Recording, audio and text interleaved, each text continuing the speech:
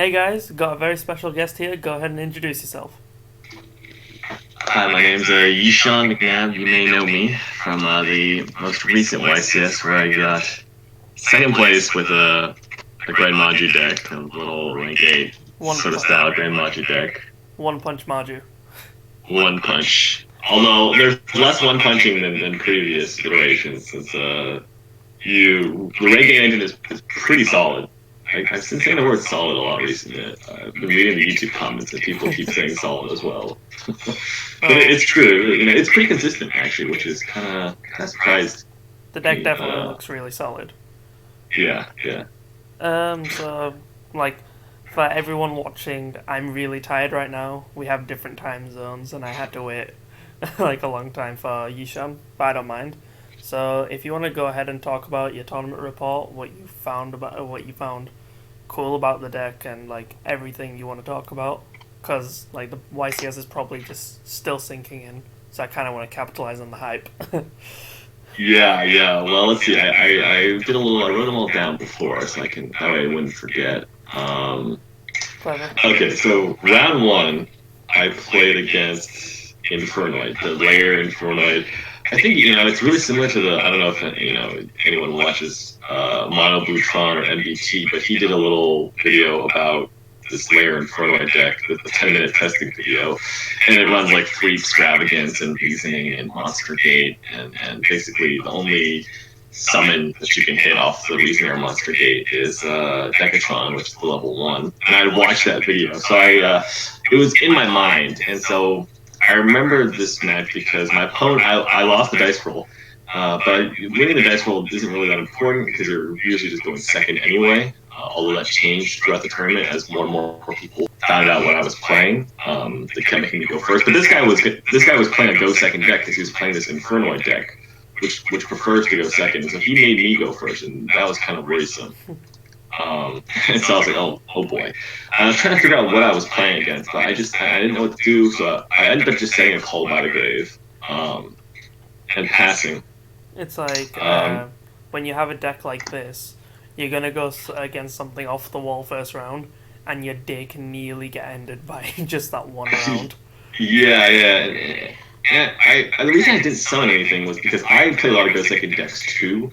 I play like Crusadias and Cubics, and just because I enjoy them. And for like those decks, they actually have a hard time OTKing if your opponent doesn't just passes. And so I figured, okay, you know what? If it's one of those decks, I'm just gonna pass and see what happens. And so that's what I did. And then I remember this game so clearly because it was the first game of the YCS, and then he played Reasoning. And I called one because I thought it was Inferno. That's what I guessed. And one is pretty like Cosmo plays Reasoning, and Tin Can's a common one as well. So I think one is probably the best call on Reasoning. And I saw Inferno cards, so I knew I'd probably guessed right. And I did guess right. I hit a Decatron.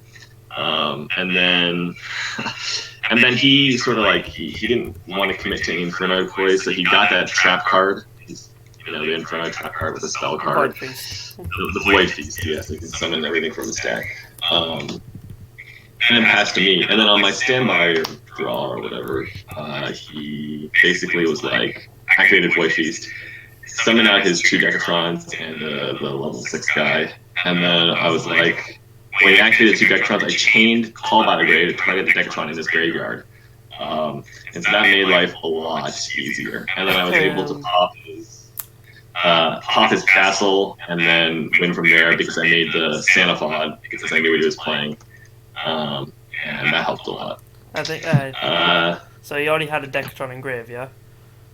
Yeah, right, because remember he Reasoning, and I called one, so it was in the grave. A lot of people don't know, but like, call by says like the original name, so if like the Decatron's already sent the cards, and then you call by a Decatron, then it doesn't do anything. So yeah, you used that at the right time. Got to see. I'm actually not sure about that because it says original name, right? Yeah. So like. So if you call out a bit of Decatron, and then I wonder if Decatrons on the field get negated as well. I'm pretty sure that's another debate, but carry on. Yeah, I don't know. I actually know. I gotta read more carefully, but anyway, it doesn't really matter. Yeah, so that was And that's how my day started. So yeah, it was pretty good. Um, and then round two, I played against Heroes. And that's a pretty easy matchup because they don't. If they go first, they set up maybe one pop and a dark wall, which is like that's pretty easy to tear through. And then if I go first, although I think he maybe misplayed it and he went first again, game two, because he won the dice roll and elected to go first. So I don't think he realized he needed to make it go second. But there's a future match, and you guys can just go read that one. Game three against Salamangrate. Round three. Round three. Salamangrate's a relatively easy matchup, and he opened really well. He opened the Gazelle, but I was just the trick is he searched Roar, not Rage. I think Rage is the better trap. I think a lot of Salamangrate players will agree with me on that one, but Roar just is so easy to just you play one card, they have to roar it, and then you just like keep going basically. And so I actually was able to tear through his board and play what's it called? Play the Sanafod and basically just lock him out of the game. Because Hextrude is also very good against Phalanx.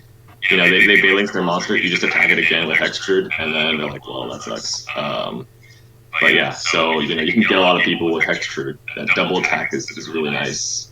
And then game two, actually, he made me go first because I went second the first game. And I actually misplayed here because I was able to make a Sanafod the first turn, and I set a Cosmic Cyclone. And I noticed he carefully set a card, in the same column as my Cosmic Cyclone. So in my brain, that was screaming impermanence to me. And I should have Cosmic Cyclone. For some reason, I wasn't worried about impermanence, but I should have been because that's the only one that can be changed to stop Sanafod from doing his effect next turn. Is it one of those things that are like your mind's thinking the correct play, but your body just doesn't react, kind of thing? I think I don't know why I didn't think because I thought impermanence was a weak trap card because I think strike is stronger, or maybe he has rage and rage is stronger. But I think. In that situation, it was the strongest trap card. And it's kind of weird because I went first, and if you're playing Salamangrate and your opponent tries to activate Sanafod, I mean, there's a super high chance that they're going to impermanence if they have it, right? Like, it just doesn't make any sense not to impermanence the Sanafod if you have it in your opening hand. So he must have top decked it, or maybe just made a mistake. But anyway, that's sort of all the stuff that was going through my mind. But I probably should have realized he top decked it because he was careful about setting it in the middle, so that should have sent warning bells off in my head, and it did. But for some reason, I didn't react appropriately, so I don't know. Anyway, so I lost that game because then he was able to do his thing next turn, and so that was a mistake. I would have won that game probably if I hit the impermanence. But I was telling myself I wasn't going to tilt for misplays, and so game three, I super polyed him, and basically that's all that really you need to know about that game because it's just killer against that deck because their traps aren't as nearly as effective, and then you can just do whatever you want basically. And then I probably had there could be only one up that game too, and so yeah, that ended up being good. So I was 3-0 at this point, and I was feeling good. And then I lost a bunch of games. I lost my next two rounds. I lost to Pendulum and I lost to Orcust. This Dino Ib Orchestra, which is just crazy. But the Pendulum matchup is tough. Don't say because, that. because the boards are like pretty strong. And then they have Heretic Steel, and I actually could have won the first game, maybe, a slight chance. So the problem was, the first game I summoned Gizmek early because I didn't want it to be negated by like the stuff they summon off their guard dragons and the really really good Endymion one that summons from deck, that summons Jackal and Servant. Yeah, Servant. And so I summoned it early, but then he, with his LP, he summoned out, the Aether, the one that banishes monsters. So banished my guy. Oh, right. They always go Destrito, like during the combo, and so I was like, okay, I just summoned early. But that was the right play because if he went to Strudo, and even if he didn't, I could have banished. I had desires, I could desires, and then use my Gizmek the next turn for 26 banished cards. And he probably would have negated my desires with his Odd Eyes Vortex Dragon because he did that when I played it on the next turn, or on my turn. And then I had a Call by the Grave for his Heretic Sphere. I literally could have normal Grand Maju, ran over the Jackal King for game. So that I actually could have won that game. I was a little bit disappointed. The only non-skillful play in the deck, normal Grand Maju attack. Yeah, exactly. Yeah, like that. I had to see. I should have seen that coming. I forgot about Aether. That's really what happens. The one that vanishes. And then game 2, I went second again. And I was able to break his board. It's not impossible. It's tough though, but not impossible. And then game 3, he went first again, which is smart. You should be going first with Pendulum, probably. Because it's just that good. Actually, no, he made me go first. No, that's not true. He made me go first. I just did not open it to hand, and I sided wrong. I sided in, what's it called? The virus, but I didn't draw anything to trigger it. My plan was like, okay, if he activates a cert, like some scales, or it's getting close to 3 counters, I'll just blow it up and all that stuff or whatever. And I don't know why. I should have just put in there could be only one. That makes a lot more sense. I might have had a chance that game if that was there could be only one. So I lost, and then I lost the Orca stick, which basically game 1 he comboed me. This deck struggles with like super strong combos, and he was playing this Kawaki Meru thing that you can't special hit or darks. Yeah. And that's just killer because like everything in my deck is dark. And he had the Digirsu, so I literally can't run it over. Yeah, he just protects it. I'm like, alright. Okay. And then game 2, I knew he was setting to probably go second. I made him go first again, and he bricked. So that was a pretty easy game. And then finally, I was able. There was game 3. He did the same thing, and I didn't draw Gamma. So that was bad, basically. And then so I was like 3-2, and I was like, damn, this kind of sucks. How did you pull yourself back up? Well, I actually have this mentality that I think most players, especially if they're trying to get better, should adopt. And this is, you are not going to drop out of a main event no matter what. It doesn't matter if you go 0-9, 0-8. You have to play and finish all the rounds. That should be the way you look at the tournament. Because a lot of people, they start getting this mentality, oh, if I lose one more, I'll drop. And then they do something really stupid. And they don't like care about losing or winning anymore. But, if you have to keep playing, it's like, okay, I'm just going to do my best next round. And do my best round after that, and then do my best round after that. And so I think if you want to get better, just play every round. Don't drop out and do side effects. It doesn't matter if you go 0-9, just play every round. And you know what? It's good. Like maybe you start going 4-5 or 4-4, and then you'll slowly go 5-3, and then 6-2. 6-2 is good enough to get to day 2. And so I think people have the mentality of, if I do bad, then people will make fun of me. Like people still have this mentality, even if they're I'm really tired. Everyone's nice in Yu-Gi-Oh! Like most people are nice in Yu-Gi-Oh! Like we won't we'll make fun of you for going 0-5, but I think people will roast you more if you drop, because that means you just gave up.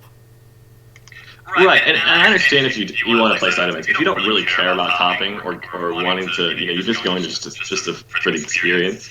But I think if you want to get better, and that's something you want to do, then just play every round. That's the easiest advice I can give to someone that is trying to get better. I believe that it works well because then you just take every round.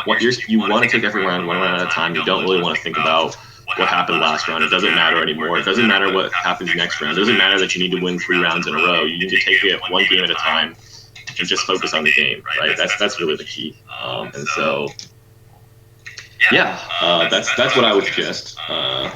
Anyway, so I was 3-2 at this point. I had to win the rest of my games. So I played against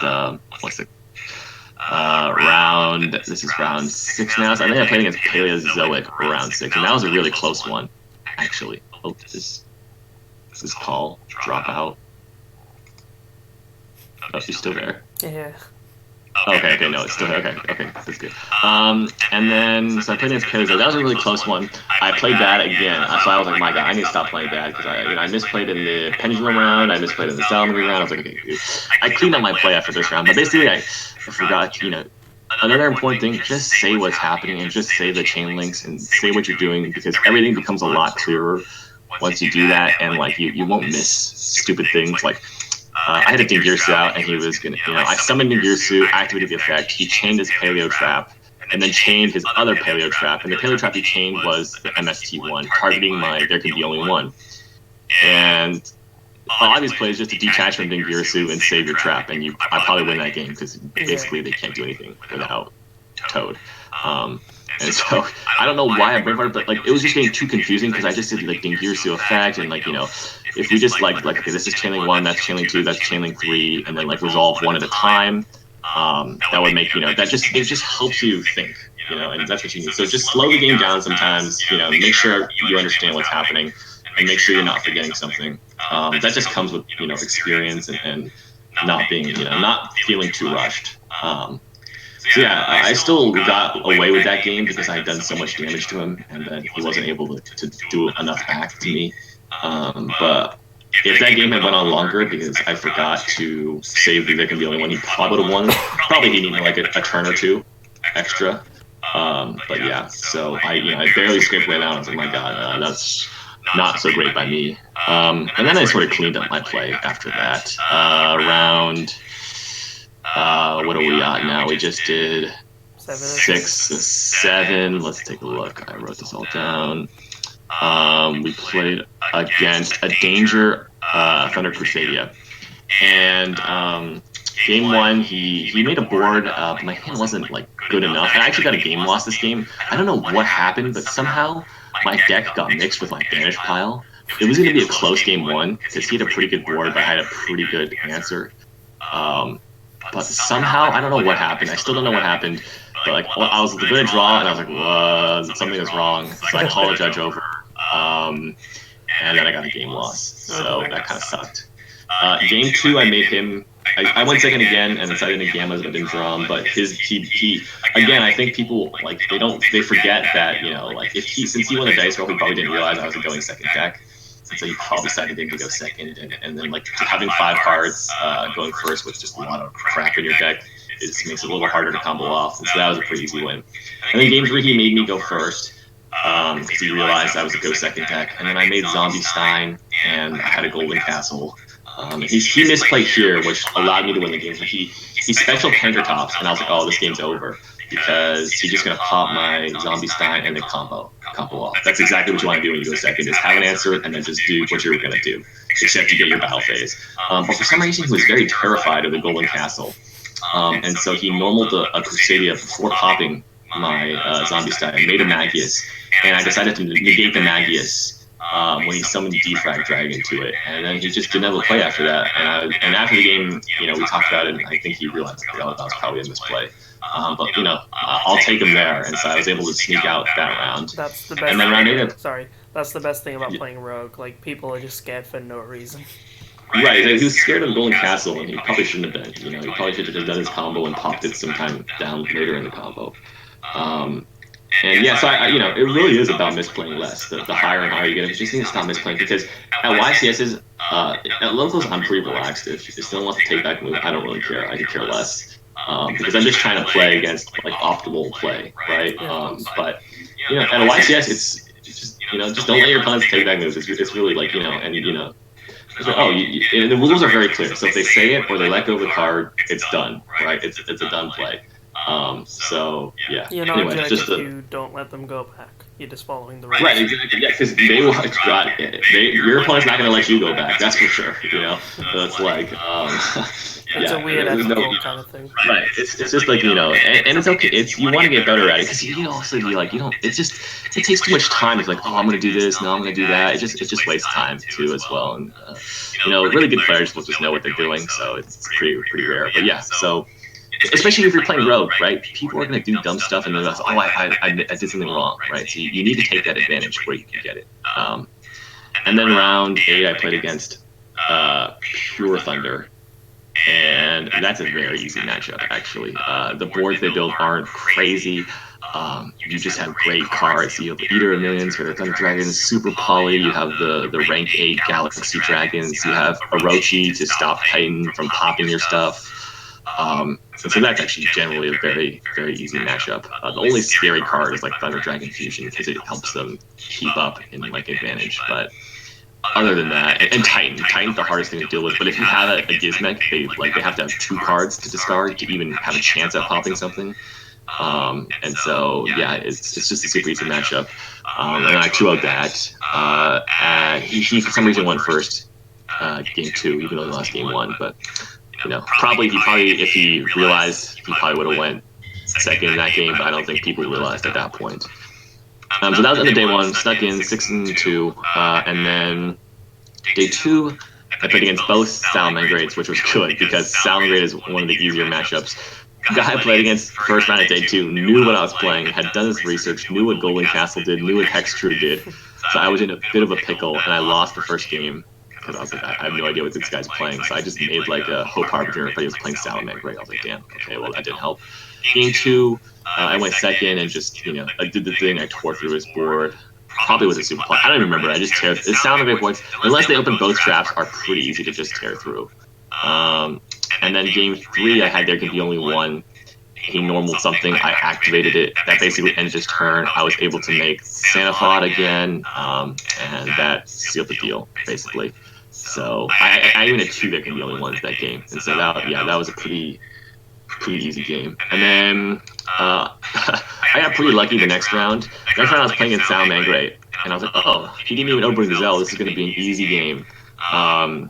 And he flipped Imperial Order on me when I activated Foolish Burial. Game 1. I just didn't have enough. I have so many outs to Imperial Order. Like, actually, I have like 2 Pankratops, 3 of the Danger, Bigfoot, and like 3 Glyph and all that, a bunch of stuff. But I just didn't wrong, and it made the game super hard.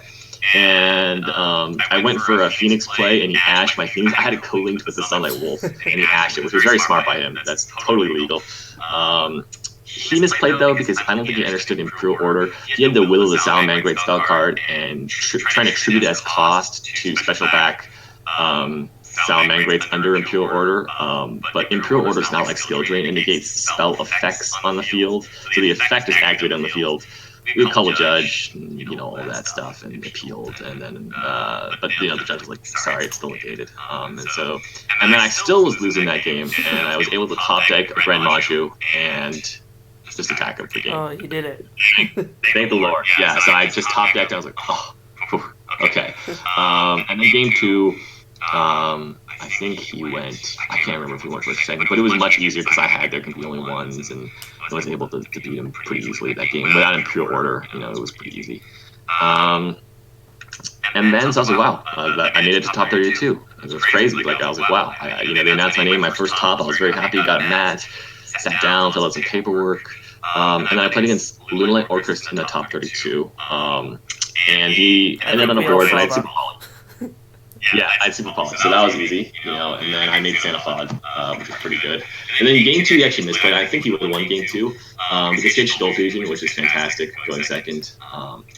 And he popped my Super Poly, and then I only had there could be only one. And he summoned Winda, and then this is another misplay. And I was misplaying less at this point, which was good. He activated his little trap card while he had Winda face up, and that's special. He banished it from grave to special something. But as soon as he's special, Winda locks both players out. Maximum 1 special summon per turn. So now you couldn't even get rid of the Winda to special summon more. And so I was able to just win that game because he actually just didn't do anything on that turn, and then I just killed him. You attacked Winda with MAJU, yeah? Yeah. So basically, the game was already over by that point because he already messed up. And he probably would have won that game if he didn't do that because he could have just. It's literally the cover photo of Grand MAJU lists now. Yeah. Quick question. Sorry, quick question. Yeah, go ahead, go for it. So you have 3 that can only be 1. So if you win the die roll, you make them go first. If you win game 1, you think they're gonna make you go first, so you just side 3 of this in, yeah? even if I'm going second, I sided in. It's so good against Salamangre that I would side it in going second. No question about it. I would side it in going second. It's just too good. So it doesn't matter if I'm going first. It's going in. If I'm going second, it's going in. Does this deck lose steam like a lot of the time? Oh, Yeah, it does, but it's a fast deck, so you're gonna win fast or you're gonna lose fast. Usually, sometimes it grinds once in a while, but usually you either are gonna win or your opponent. The modern decks these days, like Striker and Soundman, if they start winning, they're gonna gain so much advantage that it's not, it's gonna be hard to come back, right? Like the difference in the Striker matchup is usually like one engage, one card, right? If they can just resolve like one engage for something good, it's just like it starts turning into like multiple cards because they can just Kagari, do it again, and the next turn they do the same thing. So it's painful to lose those decks, but this deck is pretty fast. That's where it aims. It's really quick. So like sometimes you have to grind. Like in an Imperial Order game, we both were struggling because he had Imperial Order and or he had Imperial Order, but he didn't have Gazelle. So that was a strange game, probably the strangest game of the day.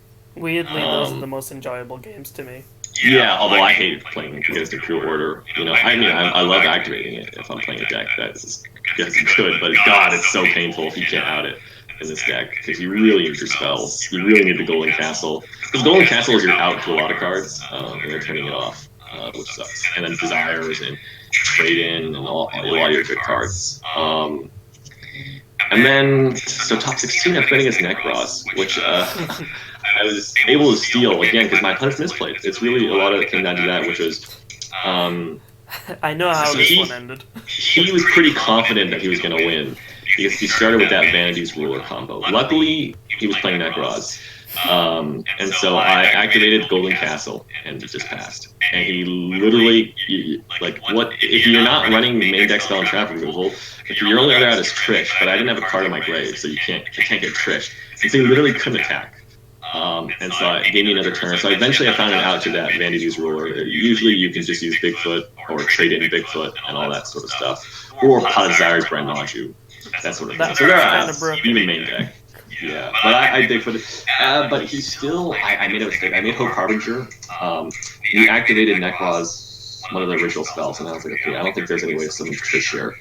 Because I looked at his grave and I was trying to do the math. I was like, I don't see any way to get 9. And then he discarded Shred. I'm like, oh fuck, right, that card exists. Shred is pretty good. And so I was okay. This game's probably over now because he resolved this. But I was able to I was able to still sneak out this win because I was able to Super Pollyon later in the game to make Merdragon, and then I had one card left in the deck. I knew it was Grand MAJU. I wish I'd drawn it earlier because I probably would have won like a turn or two earlier if I'd drawn it. And then I was really nervous because he added Valk to his hand from something, I don't remember what. And then I was like, oh crap, okay, now I can't win because he just keeps the Valk in his hand.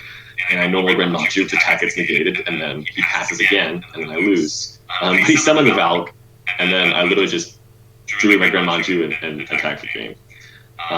Game 2, I probably would have won, except for the fact that Game 1 took so long. I think I was in a winning position there too as well, but I just couldn't kill fast enough. We were in time. And then Game 3, he opened the Vanity's Ruler combo. Again, decided to go first, probably a mistake. And then what he did was, it was a pretty beautiful play. So I opened 4 Spell and Traps, which was like, the Golden Castle and Foolish and some other stuff. And I set all of it, normal Grand MAJU, and then revealed the Bigfoot in my hand.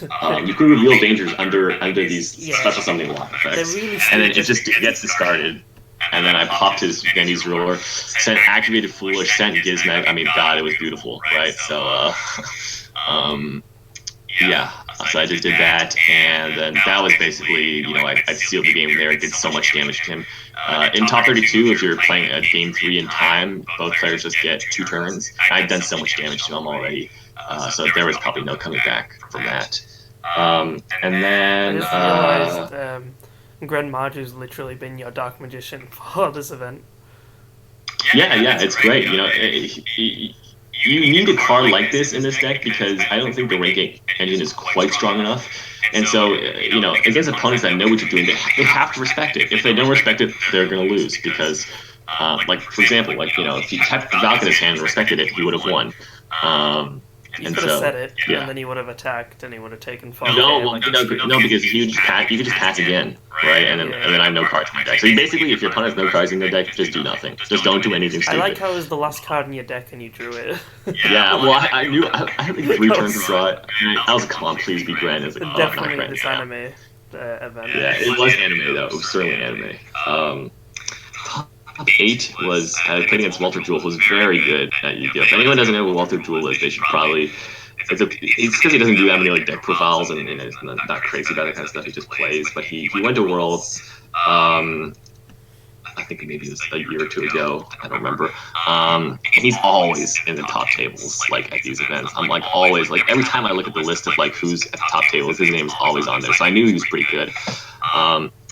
Game 1, he had those Salmon Great Trap cards, which is hard to beat. And so I lost because I tried to pop his Rage, which is the better one, but he negated the popping effect with Roar. And so it's just hard to win because you get 2 level 8s, they just blow them both up. And like, okay, well that sucks. Yeah, so that was game 1. Game 2, I still went second, and this time he only opened 1 trap, and I was able to win that game with. Yeah, I still was behind though because he's pretty good, so he knew what he was doing, and I had to get really, really lucky that game. I revealed a danger. I had a level 8 on the field, like Gizmek or something. I revealed a danger. He let it resolve. I specialed it, drew a card, drew into Super Poly, activated Super Poly, got rid of his Borload and his Sunlight Wolf. He actually made a mistake. He should have. I don't know why he didn't attack with his Borload last turn. I had to set Grand MAJU, and he didn't attack for some reason. I don't know if he's scared or I don't know what happened, but I think that was just a brain fart. Anyway, I stole his Sunlight Wolf and his Borload with Super Poly. Summoned Violet Chimera. And I knew he still had Rage. So I was like, okay, any response? He was like, no response. And then I made Dingirsu. I think a lot of people forget about Dingirsu. So Dingirsu is good against Rage. It protects everything, right? Send something. And so I was able to win from there. Just so people know, you make it with 2 level 8s. 2 level 8s, yeah. You can make it 2 level 8s. Those are its actual materials. And then game 3, he made a Baguska board, which was pretty good because that's pretty good against my deck. But I had the ouch. He got Rage again and Baguska, but I had Twin Twister and Bigfoot. So I literally Twin Twisted his Rage and his Field Spell and popped Baguska, and that was basically the game from there. And so I was able to win. And then moved on to top 4, which I think top 4 was the craziest match of the day. You can read the feature match, but basically, game 1 I thought lots of people played 1 Kaina, but I guess a lot of people played 2 as well. And so I thought I was going to win, but he had another Kaina. But luckily, he wasn't able to do anything on the backswing. Like I said, the difference in the striker matchup is 1 card. If one of those cards had been like an Engage instead of something else, or a Widow Anchor instead of something else, I mean, he would have won that game by a landslide, like an absolute landslide. It would have been like he would have 5 cards in his hand, probably, and I would, basically be dead. But since he didn't have it, I was able to win on the next turn, or he scooped before then. But yeah, so those matchups are really 1 card differences. And then game 2, he did just Sky Striker things. I didn't draw my Virus. I was trying to draw my Virus. I was like looking for it. So I decided not to make rank 8. I don't think a Hope Harbinger going first against Striker is good enough. They have 6 spells, and so I really don't think that's good enough. And so yeah, I tried to draw the Eradicate Epidemic Virus, couldn't find it, which sucked. So it was on to game 3, and game 3 was looking really grim. I played like 3 Desires that game, really strange. But basically I was able to Desires into a Twin Twister, and I was able to summon Hextrude with Monster. And I was able to summon Eater of Millions and make Phoenix, and then that cleared the way for Grand MAJU. And luckily he didn't have like a Baylor or something. So yeah, that was the game. And so that moved me on to the finals where I basically lost to Striker. You need like good hands to beat Striker, and you need the right hands. And so I didn't have them, and so I lost. So before anyone says anything, you really do need to get lucky to top and like nearly win an event like you just did. It's like it's really absolutely. And I got lucky in two ways. Whereas I misplayed it and it didn't cost me. My opponents misplayed really cost them a few times today. And I'm lucky because you're probably gonna misplay if you go to an event. It's pretty rare that you don't. Even the best players misplay. So it does take a little bit of luck. You have to not get tilted. Oh, I'm so freaking dumb. Like why did I do that? You're just like, okay, here's what the game is now. Like when I didn't get that cycle in the Necros top 16 match, I was like, oh my god, okay, but relax. Just play the game. You always have a chance with this deck. I think mentality is like the most important thing in Yu-Gi-Oh. Yeah, it's very important. And I got lucky. There's absolutely no denying it. Like I could have lost in any of those rounds after I was 3-2. Those 5 rounds. I literally won 5 games in a row to get to day 2, and then I won another like 5 games or 4 games straight in top cut 9 games in a row, which is like just insane. But that's why I think you just got to take it one round at a time and not worry about anything else. That's what you got to do. You can't really worry about any of this stuff. I was surprisingly I was less nervous in my top 32 matches than I was in like my day 2 matches, because day 2 was like just getting to top 32, and that was like the ultimate goal. I was like, man, if I get to top 32, I'll be happy. And so I sort of relaxed after that, and I was actually almost playing better because I was so relaxed in top 32. I didn't really misplay too much. Right? First YCS top, yeah. So I wasn't too worried about winning. I didn't really care. I mean, when I made top 4, I was like, wow, like I got the prize card now, and that's pretty crazy because the prize card is like the biggest prize. And I was like, man, like first I was like, oh, I got some sleeves, and then I'm like, oh my god, I got a Switch, and I was like, holy crap, I got a prize card. So yeah, that was pretty funny. But yeah, so that was the day basically. Yeah. So how does it feel going from not trying to insult you, but from like casual rogue level to literally YCS final level?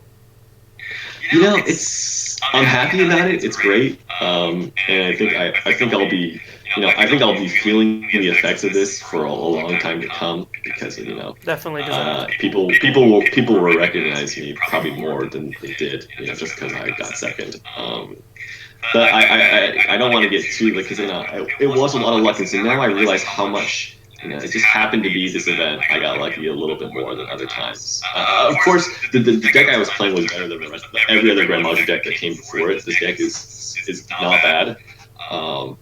So that helped a lot, and people didn't expect it, and I think people really liked to see like, wow, like what the hell is Golden Castle? And they're just powerful cards, and I was able to string together some wins at the right time. And this deck wouldn't have changed, if I let's say I lost at round 9 or whatever or something.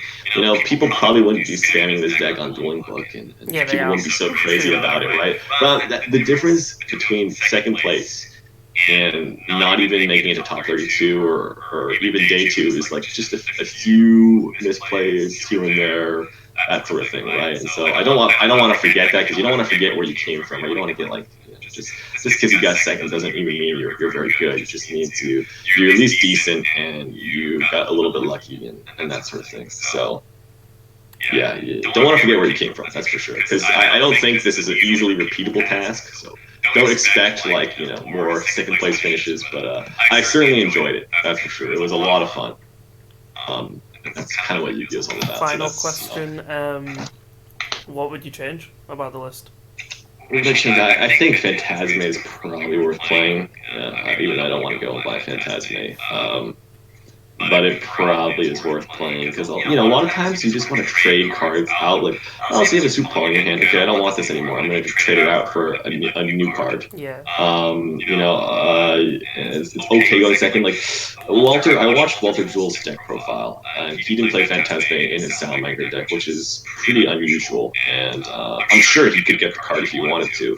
And he was basically saying like, well, I'm playing Phantasme to get hand traps. Why not just play the hand traps? Which makes a lot of sense. But in this deck, you're playing it for the board presence and the hand fixing and all the different things, and so maybe Phantasme would be better in this deck. So it's certainly something worth looking into. The extra deck, I would definitely play the BLS Link. It's very good. I just didn't have it.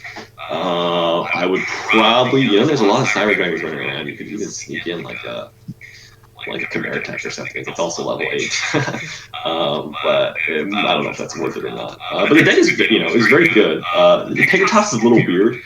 I wish there was another good level 8, but there was nothing better than Pegasus. But you could take out maybe the Pegasus, and it's just an experiment. Definitely the flex slots. Those are the flex slots. The 2 Pegasus and the 3 Call by the Graves are definitely flex slots. It could be other things. But I might leave that. I'll leave that out to the community to test it. Unlike, people get bored of decks like Striker because they're roughly the same, with a few different changes. But this deck was just sort of new. But I'm excited what people do with it. I'm sure people are already playing it online and putting their own cards in there, and I'm kind of curious to see what happens because the Striker builds started out weird, but people refined them over time just by playing tens of thousands of games collectively. People figured out what was good and what isn't, and Grand MAJU it hasn't gotten that many games played compared to something like Striker, and so I'm sure there's a lot of room to make this deck better. Penultimate question. Any final words? Any final words? Well, I think a lot of people don't know the story of how I started playing this deck. I've said it a few times, but I definitely basically, you know the story. Yeah, I remember posting on Zodiac being really high. Yeah, yeah. So basically, it was YC San Diego. I think a lot of people know the future match, but it all started because I just played this deck for fun. I went to YC San Diego not even expecting to win. I just like, I'm just gonna have some fun with Grand MAJU. And my friend was like, okay, apply for the future match, and I was like, sure. And if he didn't tell me to apply for the future matches, I would have never known to apply, and I would have never gotten featured probably. But I applied, and I did get featured, and it was probably the craziest day. But yeah, so that's basically what happened. It's funny how things play out. Say, yeah, and so I was like, okay, now I have to play this deck forever. If you didn't get the feature match, you wouldn't be playing it now. So probably not. Yeah, probably not. I really like this. And so, but I do enjoy the deck building with Grand MAJU. It really is a lot of fun. I really enjoy the deck building.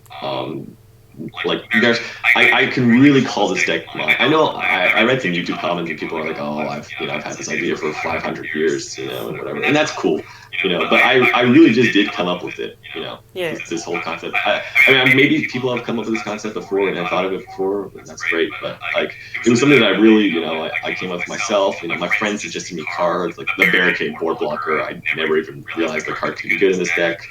And I just refined it over time. Yeah. So. All right. So that's everything. Thank you so much for coming on. I'm super tired. Yeah, no problem. But it was a great. Yeah. All right. All right. Well, I'm probably gonna go and play this deck. I asked some people what they want to see because there's already deck profiles everywhere over the net. So I'm probably gonna go and just maybe record some videos of me playing this deck. Yeah. Maybe even stream it or something. Yeah. We'll see what happens. Anyway, yeah. Thanks for having me on. Take care. Yeah. You too.